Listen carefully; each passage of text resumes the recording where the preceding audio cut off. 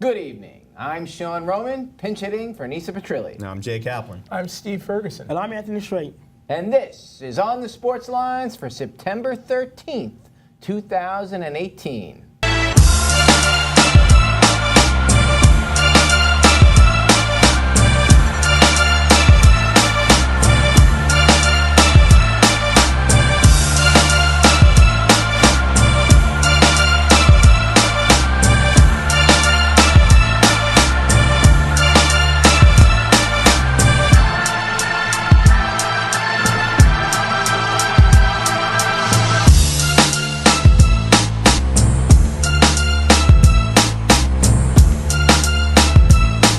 The middle of September has the sports world focused on football.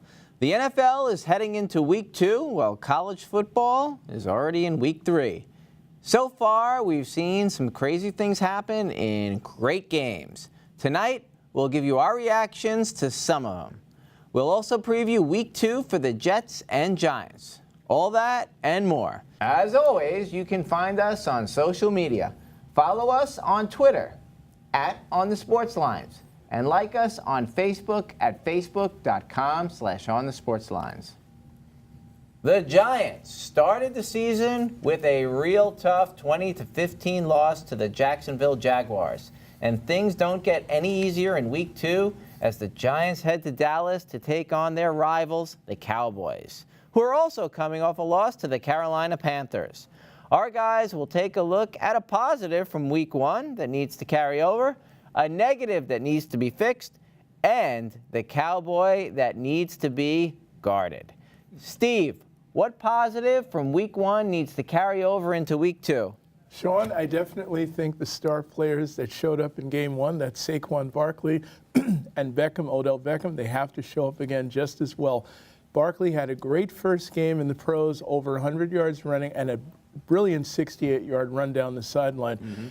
Beckham had his usual really good game, 11 catches, 111 yards, played really well. Now if they can get a little help from some of the other people on the team, they'll have a chance to beat Dallas. Wait, I tuned in for that 68-yard run, and I loved it. But, Jay, do you unbelievable. see any problems with every other time that he ran the ball? It was a 2-yard carry? Like, how awesome was that game? I'll tell you, I agree with you, and I think Anthony's comment about what needs to get fixed is going to talk about that. All right, Anthony, what negative from week 1 needs to be Well, fixed? since you brought it up, it is definitely the offensive line. And look, it seems like a broken record with this team. The O-line, they just cannot get it together. You upgrade with Nick Solo, you draft Will Hernandez, but they got the butts whooped at the line of scrimmage. I mean, look, Jacksonville's front 4 is among the best in the NFL without question, and Calais Campbell is a hard guy to block and keep in front of you.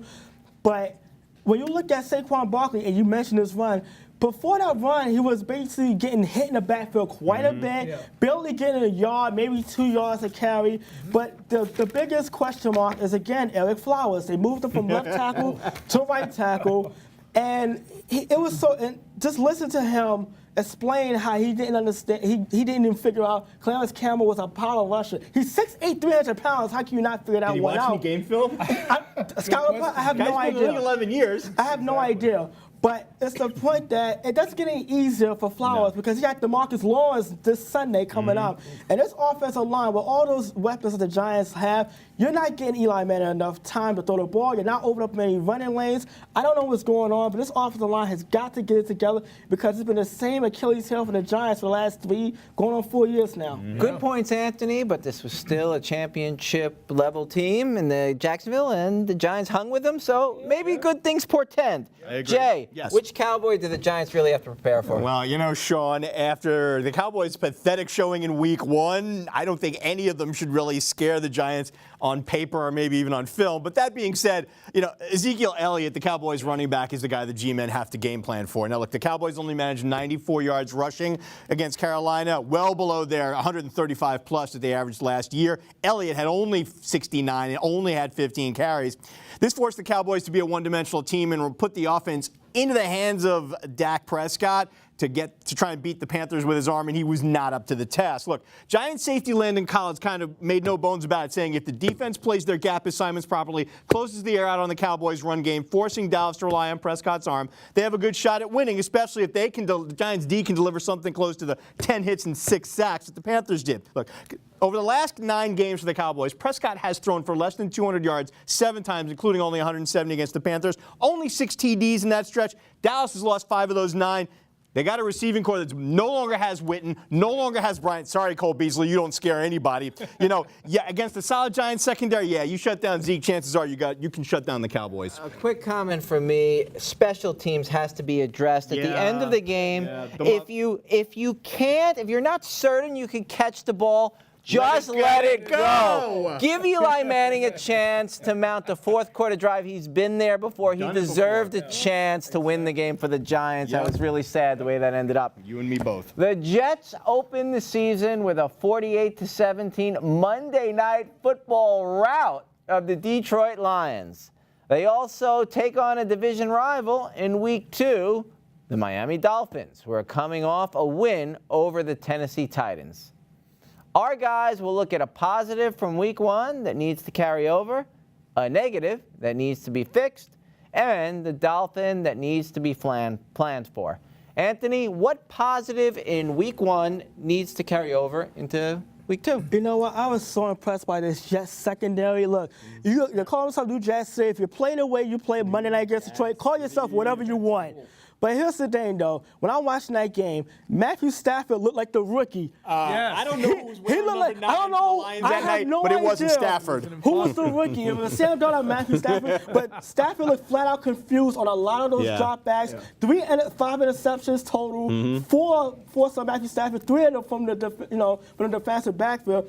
When you look at it, they had 3. They only had 11 all of last season. Jamal Adams, who I really think is going to be the captain on this team, defensively, got his first NFL interception. They got a pick 6 for the first time in 5 years on defense. But more importantly, they need help from the pass rush. 0 sacks on Matthew Stafford, and you're still able to get 4 interceptions out of him. It's very impressive. I like the blitz package and how they were very aggressive. But also, when you have Jermaine Johnson and you have Marcus May, who is very also good defensive backs, being able to shut down on the outside as well, that creates quite a bit. And look at the teams they got coming up. Miami and Cleveland, 2 very pass-challenged offenses. The Jets could easily be 3-0 before we know it. Steve, what negative from Week 1 needs to be addressed? I'll tell you what, if you're a Jet fan, this is without question the best game I've seen the Jets play in years. The last time I remember them playing anything close to that was the game they beat New England at the Meadowlands, and I was at that game.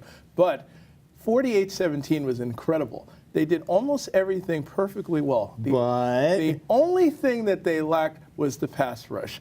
And that they will have to get to, because I think people know that that's their weakness. You will see more teams throw the ball on them, and that is a weakness of the Jets. The Jets are really good against the run game, but the passing game, that's where they have problems. I think Tannehill is going to definitely air it out more, and I think that could be a little bit of a problem for the Jets. I loved when you were on camera, and you guys, the green was right behind you. You're talking about the Jets. I've never seen such a great third quarter from any NFL team in my life. It was like touchdown, give the ball back, intercepted, touchdown, touchdown again. Phenomenal. It was just like 10 minutes of mayhem in that third quarter for them. Absolutely So, phenomenal. Jay, what Dauphin, that's dolphin in French, do the Jets need to guard against?